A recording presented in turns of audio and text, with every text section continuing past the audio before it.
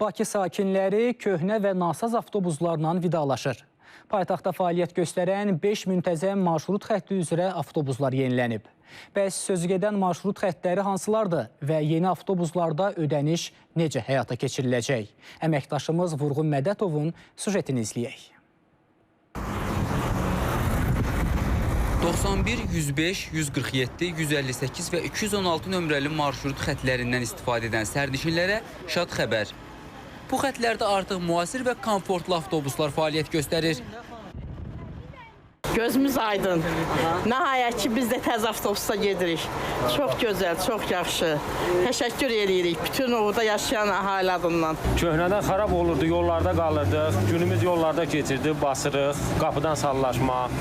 Yəni, bax, belədir. İndi bu müasirlər necədir? Müasirlər yaxşıdır. Belə təmiz, kartla, rahat gediş gəlir. Mən mütəmadi gündəlik istifadə edən sərnişinəm 158 nömrəli marşrutdan. Çox şadam ki, köhnə avtobusları yığışdırdılar. Çünki çox çətin idi. Nə mənada? Qışda soyuq, kondisioner yox. Yayda isti, yenə kondisioner yox. Çox, elə bil ki, lap köhnə avtobuslar idi da. Çətin idi onlarda gedib gəlmək. Marşrut xətləri müvafiq qanunvericiliyin tələblərinə uyğun olaraq mərhələli qaydada müsabiqəyə çıxarılır.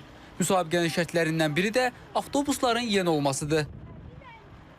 Azərbaycan Yerüstü Nəqliyyat Agentliyi sərnişindaşıma sayəsində xidmət keyfiyyətinin yüksəldilməsi və vətəndaş məmnuniyyətini təmin etmə məqsədi ilə paytaxtın daha 5 müntəzəm marşrut xətti üzrə müasir və komfortlu avtobuslar cəlb edib.